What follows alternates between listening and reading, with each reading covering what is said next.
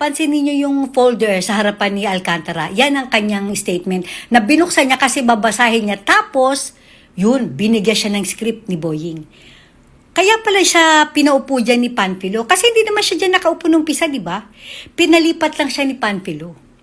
Nakita mo yung naging facial expression nitong si Alcantara nung ibinigay ni Boying sa kanya yung papel.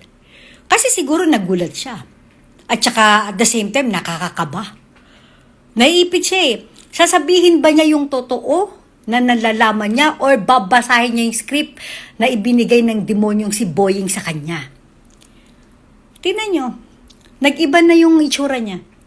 Kaya pala nung umpisa ng statement niya, hindi siya nagbabasa. Natatandaan niyo ba yun? Sabi niya hindi niya nababasahin yung statement niya dahil alam naman niya. So, inihayag niya yung statement niya. Ang naging problema nito, sineban siya ni Panfilo na Alcantara, meron ka namang statement, basahin mo na. Naalala niyo yun? Kaya pala ayaw niyang basahin kasi script yun. Ayan na. Ito na yung pinapaalam siya ni Boying sa chairman na dadalhin niya muna itong si Alcantara sa DOJ at ibabalik ng 2:00 para nga daw doon sa statement niya para maging na to, parang ipo-formalize. Diba pinapirma pa nga siya dyan? Ang problema, yung pinapirmahan sa kanya, hindi yung statement niya na nasa folder niya, kundi yung script na ibinigay sa kanya. Kaya pala ganyan na lang kung kabahan itong si Alcantara.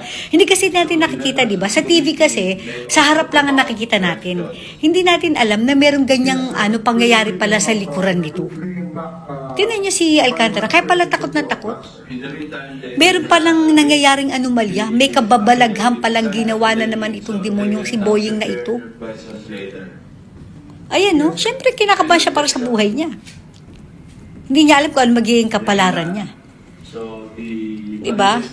Magkakasabwat. Alam niya ni Panfilo at saka ni Pepsi Paloma yan. Diba? Yan na, tatayo na. Tamo, kabadong-kabado siya, oh. Ayun. Yan yung script na dadali sa DOJ. Tapos yung statement niya, ayun. Sinara niya na. Oh my gulay. Ano na mangyayari?